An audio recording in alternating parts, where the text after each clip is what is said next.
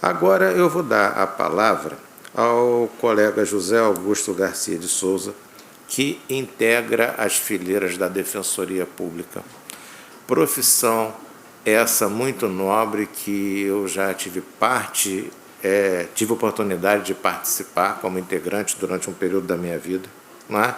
E do mesmo jeito que eu falei do Augusto, eu vou falar com ele com relação à cidade de Niterói. Sim. Salvo engano meu, fomos vizinhos de mesmo edifício. Então, eu vou passar a palavra ao meu ex-vizinho, não é?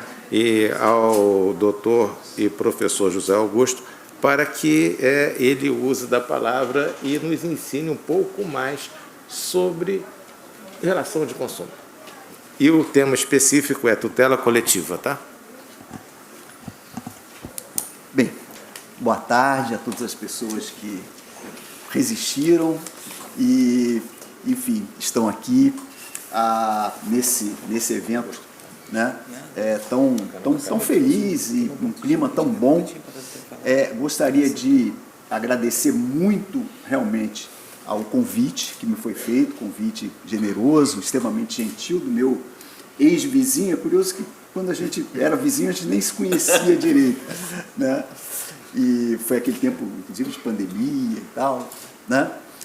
Agora, apesar realmente da gentileza do convite e tal, desembargador, eu tenho realmente uma queixa para fazer, certo? Se falou muito de idoso, certo? A única pessoa idosa aqui nessa mesa sou eu. E eu não tive preferência, né? Então... Mas tem que se identificar, porque o senhor não tem uma fisionomia de um idoso ainda. Tá bom, gostei dessa saída, foi boa. Mas realmente, o encargo agora se tornou um encargo aí, hercúleo, né? Falar depois de 2 palestras brilhantes e também, né, o almoço, aí a hora do almoço cada vez mais, né, chegando, não, já chegou, né? Enfim, é uma tarefa realmente difícil. Vou tentar me desincumbir da melhor forma possível. E quanto a ser realmente idoso, já oficialmente, Augusto, só um breve parêntese. Essa semana, rapaz, me ligaram da segurança do Bradesco, supostamente da segurança do Bradesco, mas com todos os meus dados, certo? E tal, CPF, nome do pai, nome da mãe e tal, tudo, sabiam tudo, né? Eu sou idoso, mas, enfim, ainda conservo alguma espertezazinha, né? E aí, dei um pouco de corda, e aí só quando me mandou clicar alguma coisa é que eu já fiquei meio ressabiado, certo? E aí senti pela resposta dele que alguma coisa estava errada.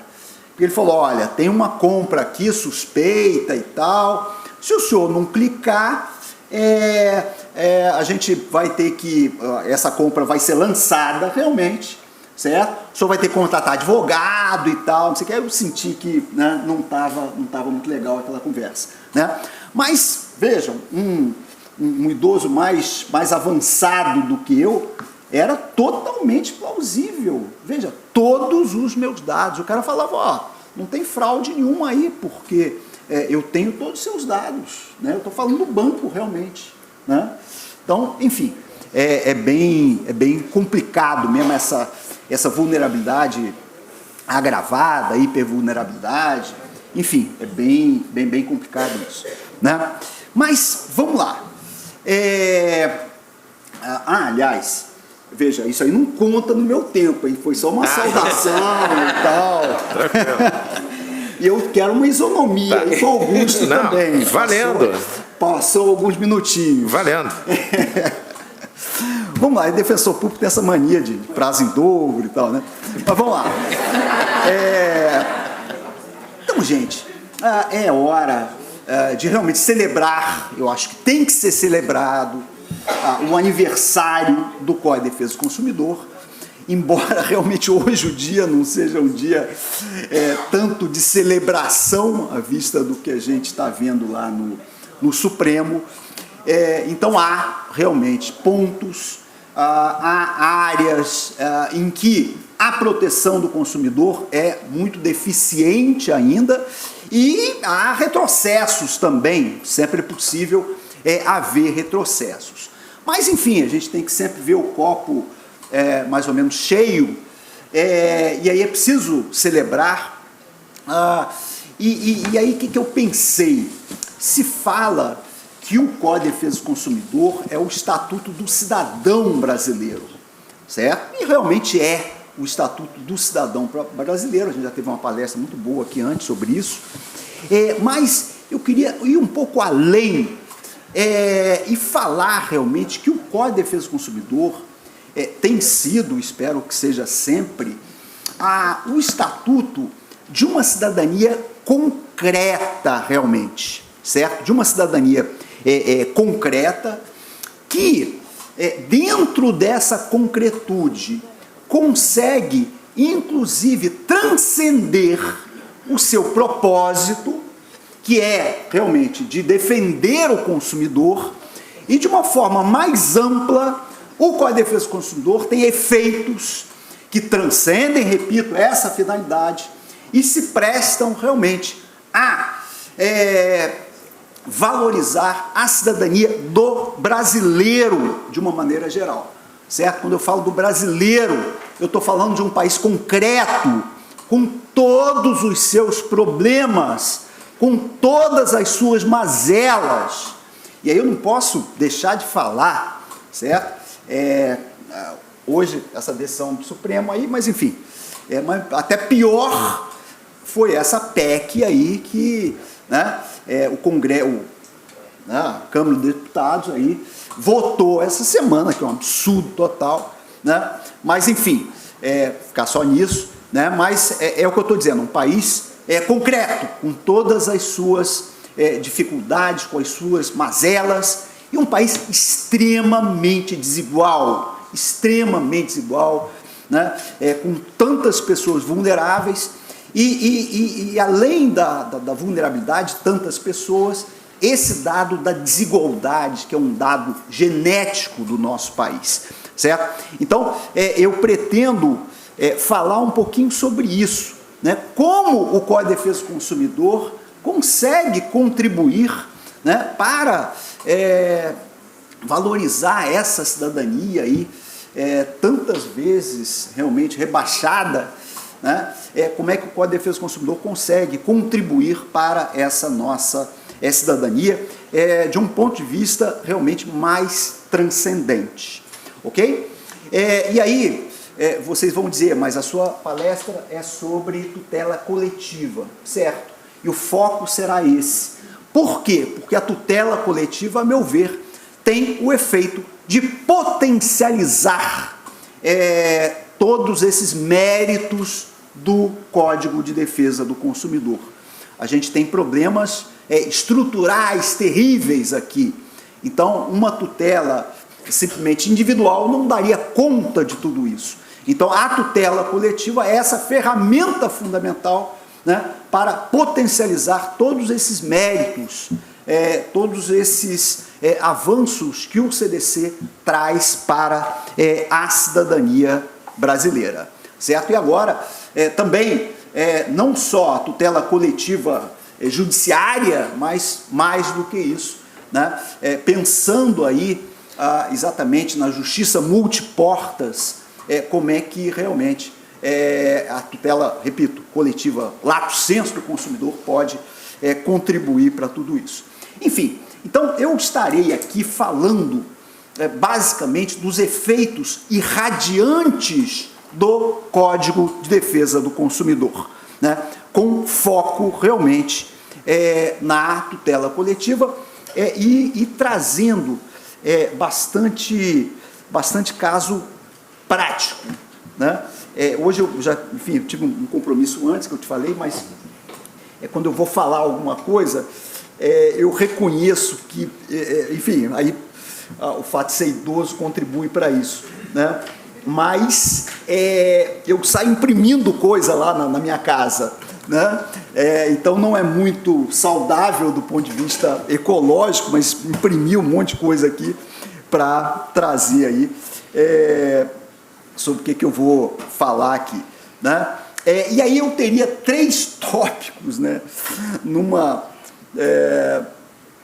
proposta assim, bastante esperançosa em termos de tempo, que primeiro tópico, né?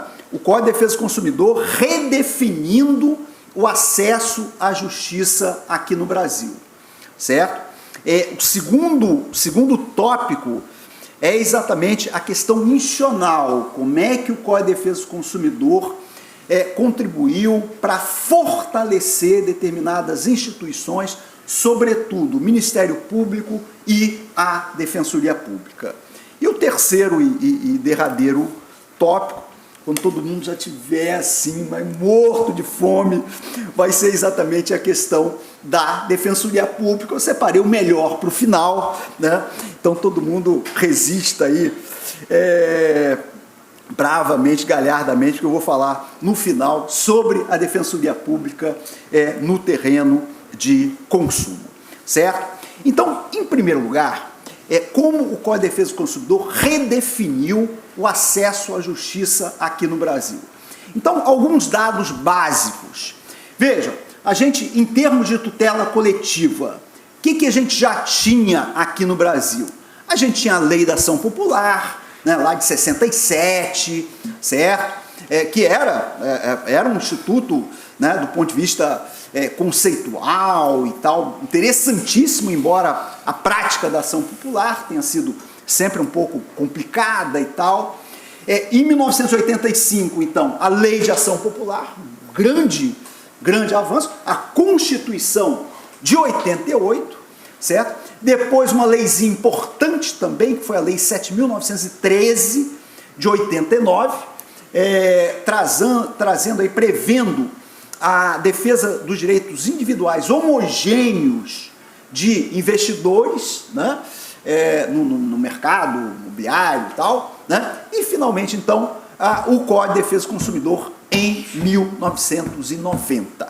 Então vem o Código de Defesa do Consumidor e complementa esse sistema, mas complementa de uma maneira admirável esse sistema. Não vou entrar em pormenores aqui, mas vou só citar duas coisas, eu acho, certo? Primeiro, embora essa lei 7.913 previsse realmente a defesa de direitos individuais homogêneos, era um caso muito pontual e tal. Então, o Código de Defesa do Consumidor vai ampliar isso, né?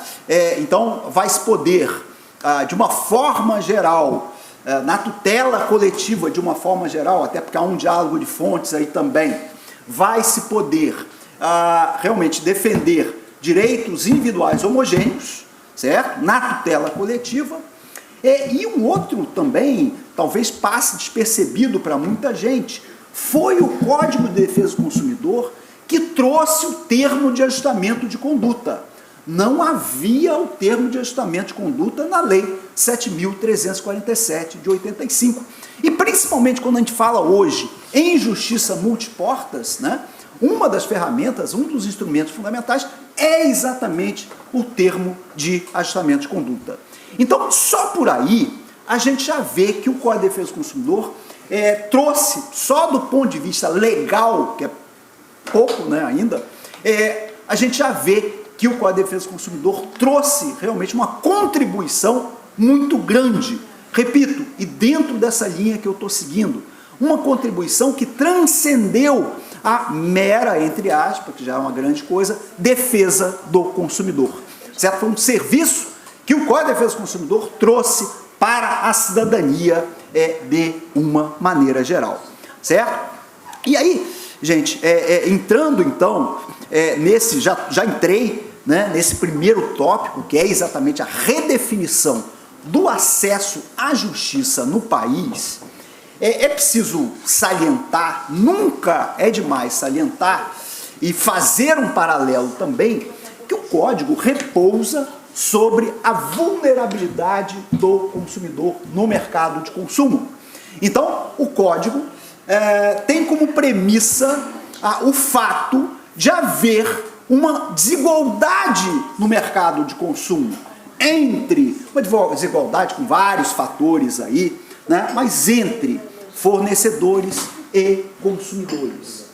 E vejam, né, mais uma vez para fazer a ponte aí com o nosso país, né, o nosso país também, as grandes mazelas, a mazela mais profunda do nosso país é exatamente essa questão da desigualdade, certo? Então aí já há um paralelo muito grande entre o Código de Defesa do Consumidor e a realidade, e a realidade nacional, certo?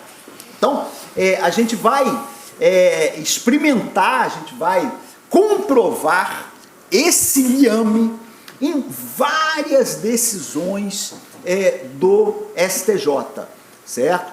Então, eu separei várias aqui, né, que, claro, além da lei, a gente teve também um aporte de muitos doutrinadores, como é o caso da professora Cláudia Lima Marques, de muitos julgadores e tal. Um dos julgadores que realmente teve e tem uma contribuição, deu e continua dando uma contribuição muito grande, é exatamente o ministro Herman Benjamin, certo? Que em vários julgados ele vai desenvolver exatamente essa questão da hipervulnerabilidade, certo? Que para nós defensores públicos é uma coisa absolutamente fundamental, certo? E não é só reconhecer a hipervulnerabilidade, é reconhecer a hipervulnerabilidade e dar aos hipervulneráveis um estatuto, um regime jurídico compatível com essa situação, visando exatamente, né, claro que o direito não resolve os problemas do mundo, mas dentro do possível a gente tenta, né, visando melhorar essa situação de hipervulnerabilidade. Então esse caso aqui que eu trouxe é um caso bem conhecido, trouxe vários casos, é um caso bem conhecido que exatamente, enfim, são coisas também que tratam, acórdãos como esse, são extraordinários, tratam de vários assuntos. Esse aqui tratou muito bem do direito à informação, dos doentes que têm a alergia a glúten, certo? Então essa decisão é aqui de 2007, né, desenvolvendo extraordinariamente a questão do direito à informação do consumidor, e no artigo, no item 18, aqui ele vai falar: ao Estado social importam não apenas os vulneráveis, mas sobretudo os hipervulneráveis, pois são esses que, exatamente por serem minoritários e a miúde discriminados ou ignorados, mais sofrem com a massificação do consumo e a pasteurização das diferenças que caracterizam e enriquecem a sociedade moderna. Tá? Trouxe vários outros casos aqui, eu vou, enfim, claro, apressar, né? Mas é preciso dizer que o Código de Defesa do Consumidor trouxe um impulso muito grande para o dano moral coletivo, que hoje é uma figura importante no nosso direito, embora a gente estava até conversando lá fora, às vezes um pouco banalizado, certo? Mas o Código de Defesa, o direito consumidor, deu um impulso muito grande. Esse caso aqui, a relatora, a ministra Nancy Andrighi, foi exatamente dano moral coletivo em relação a filas por tempo superior ao limite previsto em lei municipal.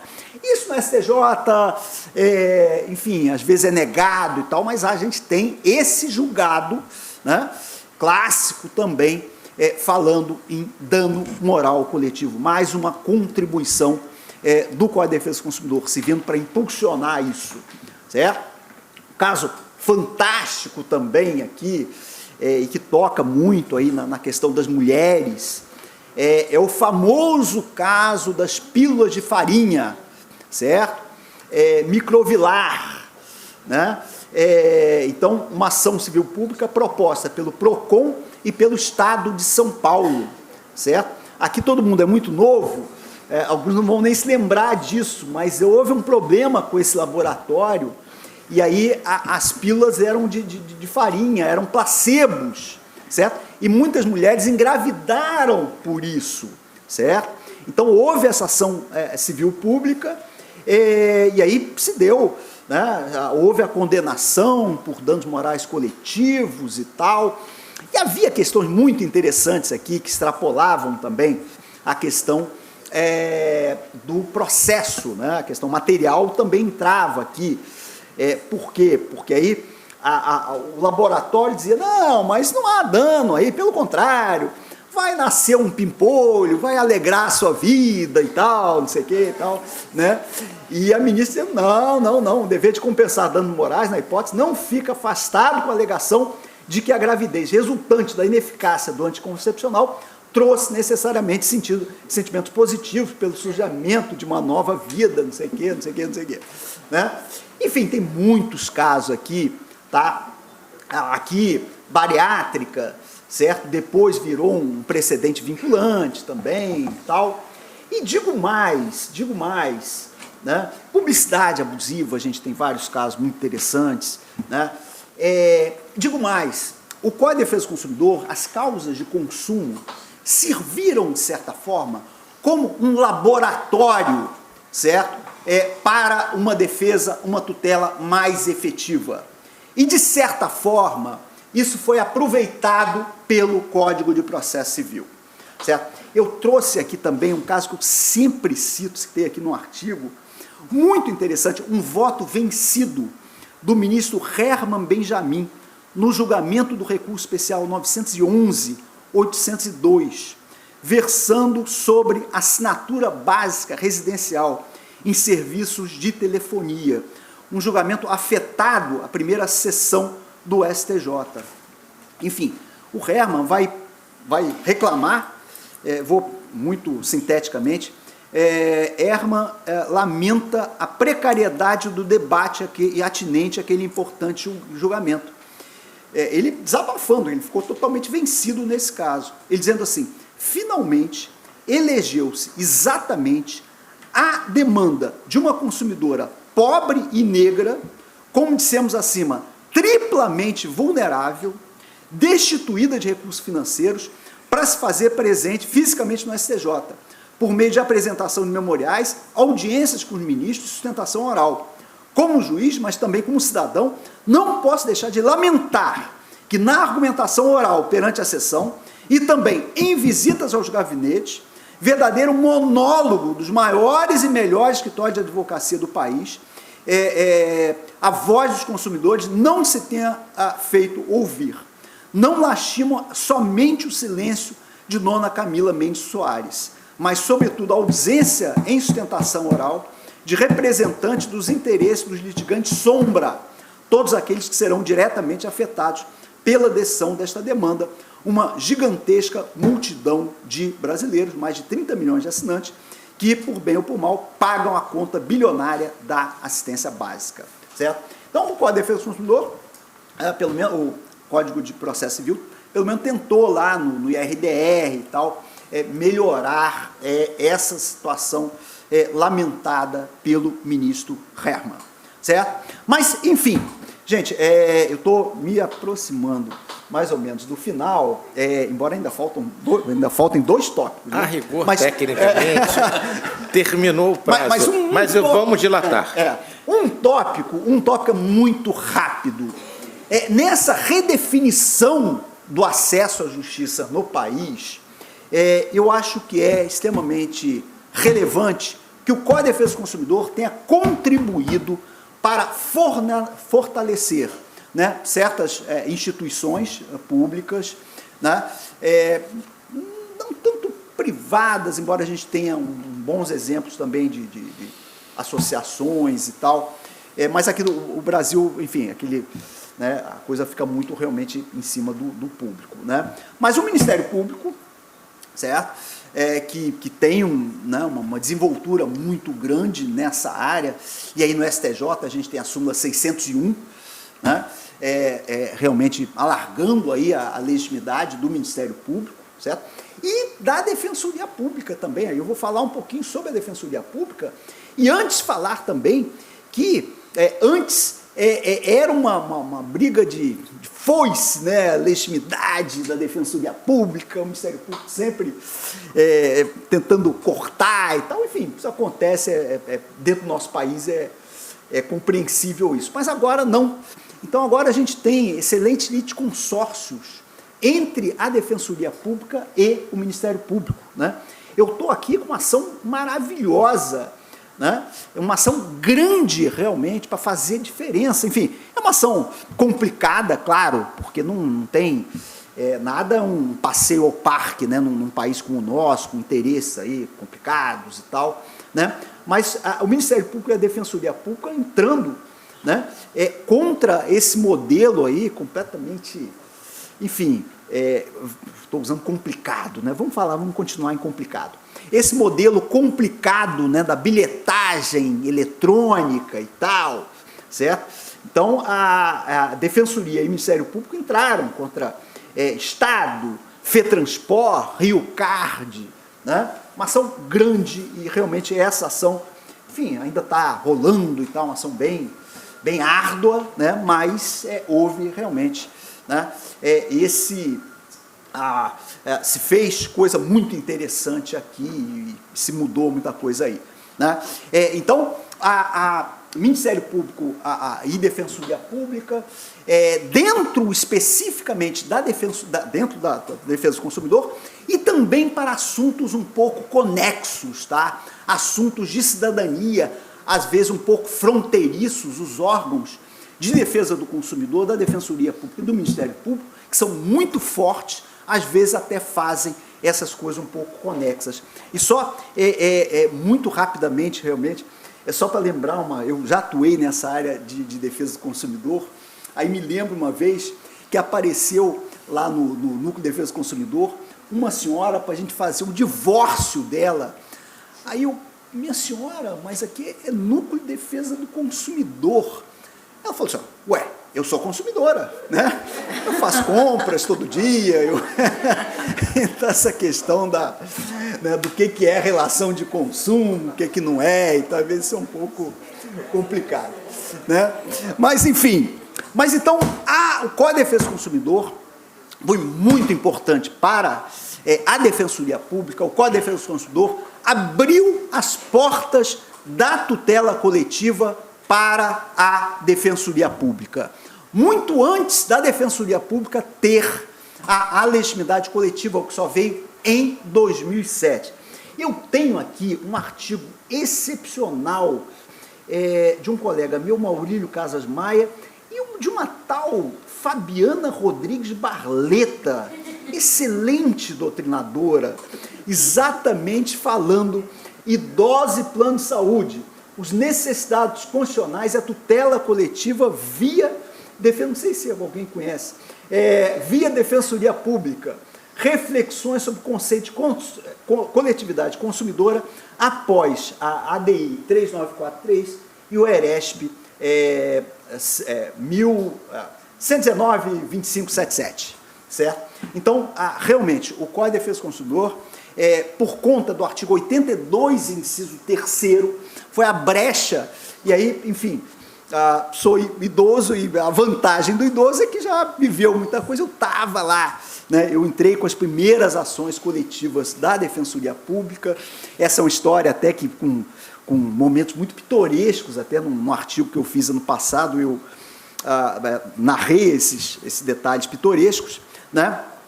E vejam, a trajetória da Defensoria Pública tem muito a ver com o Código de Defesa do Consumidor. Por quê? O Código de Defesa do Consumidor traz essa vulnerabilidade, que é uma coisa ampla, não é uma coisa simplesmente financeira, certo? E a Defensoria Pública, a maior evolução da Defensoria Pública, do ponto de vista histórico, foi também nesse sentido. No sentido de que, hoje em dia, a Defensoria Pública, houve pode-se dizer até uma certa mutação constitucional, porque, ao contrário do que a gente tinha em 88, que era uma instituição, né, que estava começando, voltada para pessoas carentes em ações individuais. Então, hoje em dia, a gente tem uma instituição, certo, que pega, né, uma vulnerabilidade mais ampla, mas dentro ainda, e tem que ser assim, né, dentro realmente dos propósitos constitucionais da instituição. Então, só para realmente, que nem o Augusto, só para citar algumas coisas aqui no final, certo? Oi? Cito, enfim, vou realmente apressar aqui, ações muito interessantes da Defensoria Pública, especificamente do órgão de defesa do consumidor, da Defensoria Pública. Eles fizeram até um manual de grandes acidentes de consumo. Então, acordos assim rapidíssimos.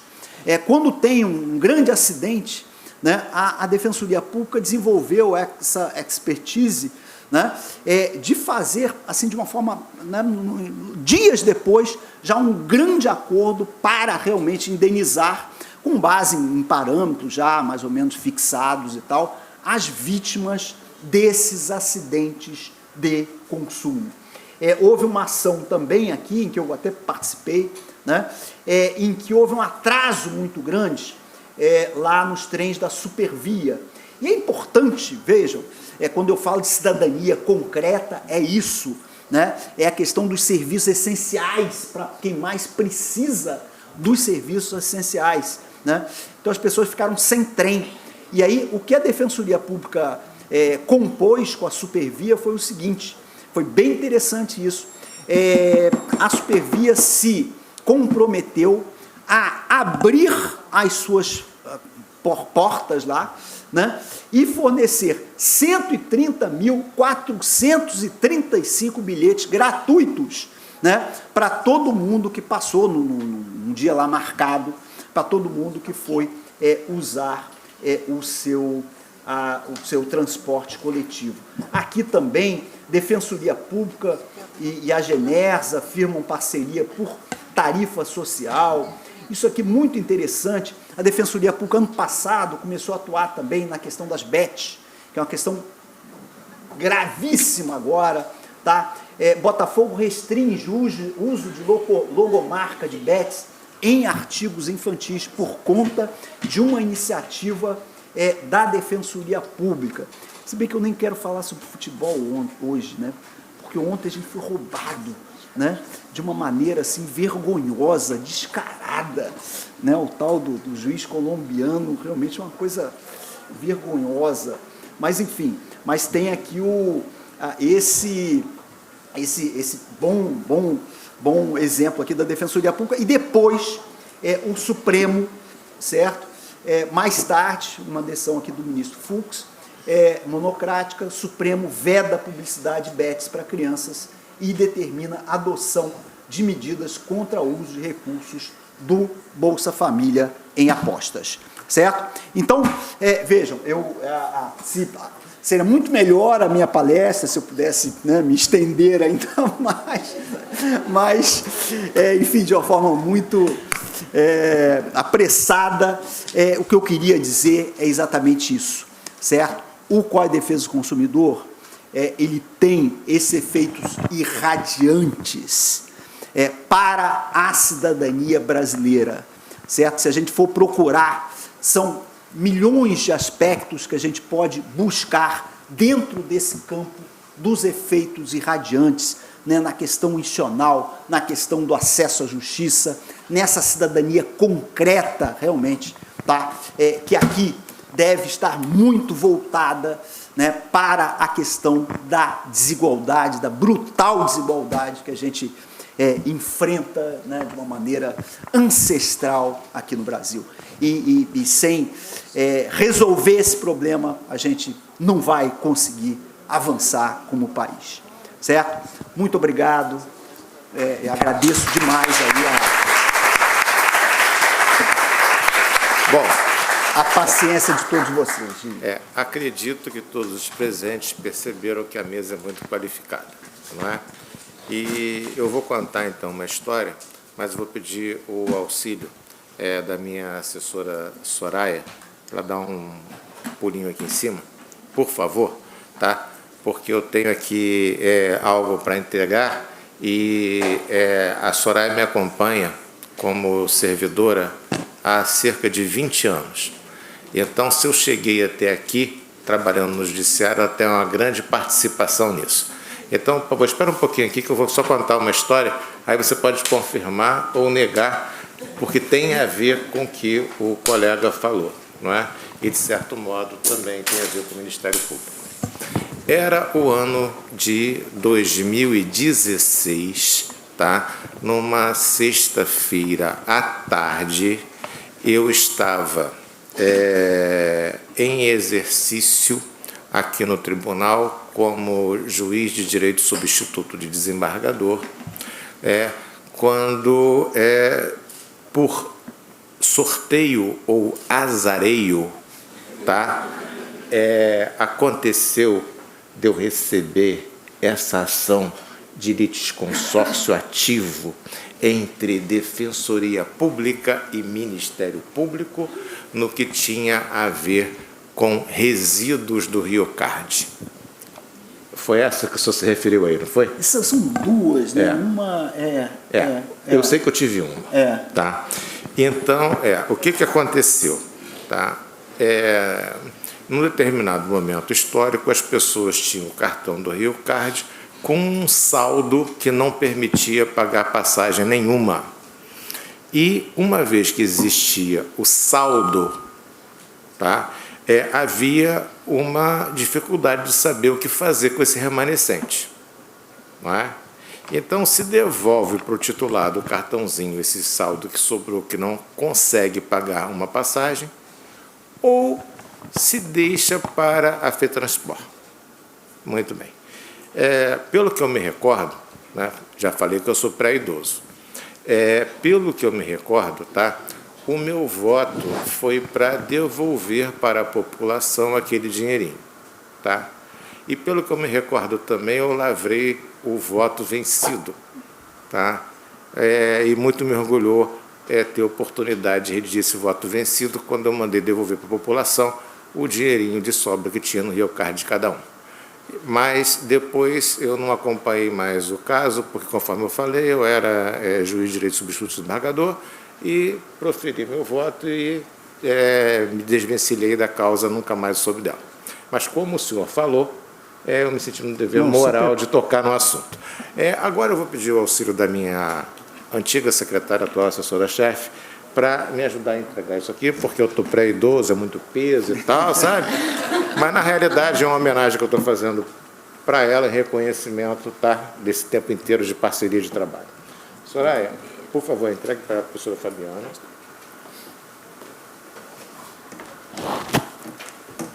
Pô, acertou o meu Souza com essa, hein? Tá.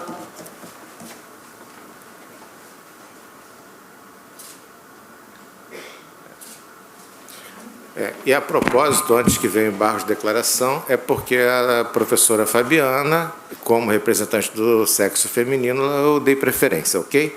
Agora eu vou dar preferência para o idoso. Ok? Justa. Bom.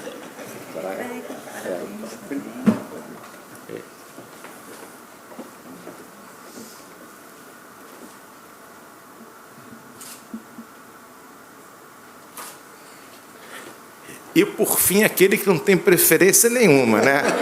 Que está no pré-idoso. Que está no pré-idoso, sem preferência. Tá?